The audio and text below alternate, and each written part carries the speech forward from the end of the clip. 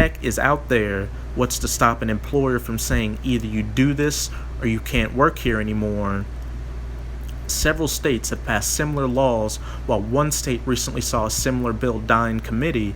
I see this as a workers' rights issue, says Nevada State Senator Becky Harris, who isn't giving up.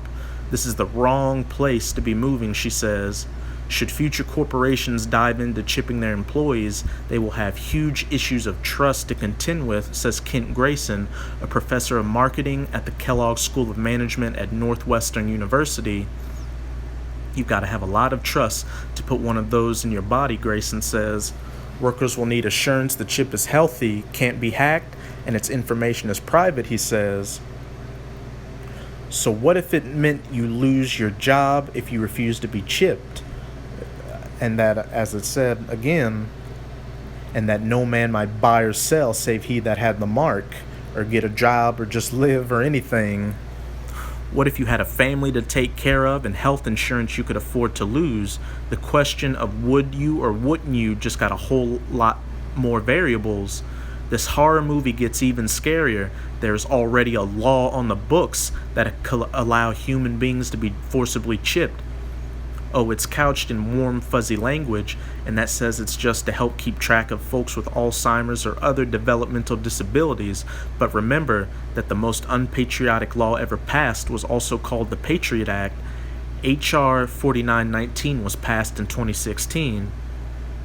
It directs the Department of Justice or DOJ's Bureau of Justice Assistance to award competitive grants to healthcare, law enforcement, or public safety agencies and nonprofit organizations to develop or operate locally based proactive programs to prevent wandering and locate missing individuals with dementia or children with developmental disabilities.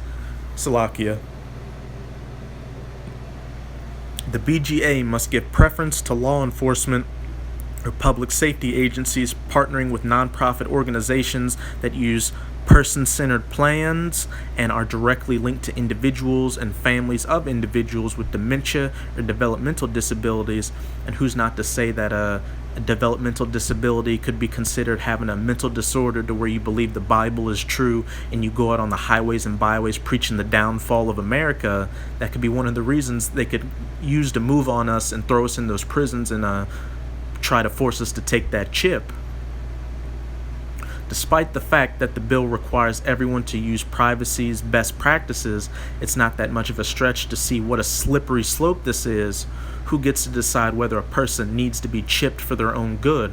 Law enforcement? Scary. And that's pretty much it with this article. But as you brothers can see, these are some dangerous times we're living in. We're getting closer and closer to that mandatory implementation. And I'm going to close it out on Revelation chapter 14, verse 9 to show what's going to happen to you people that do get that chip.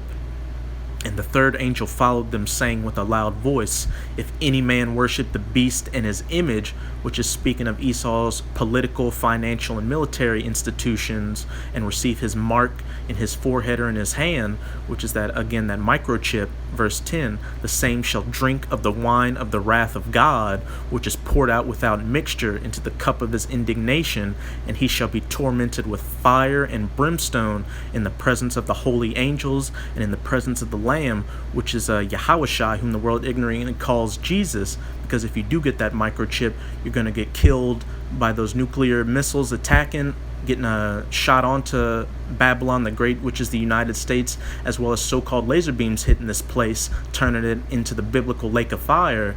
So to you sincere Akim out there, keep strong and endure until the end, even if you have to die for this truth, because anything's better than taking that chip.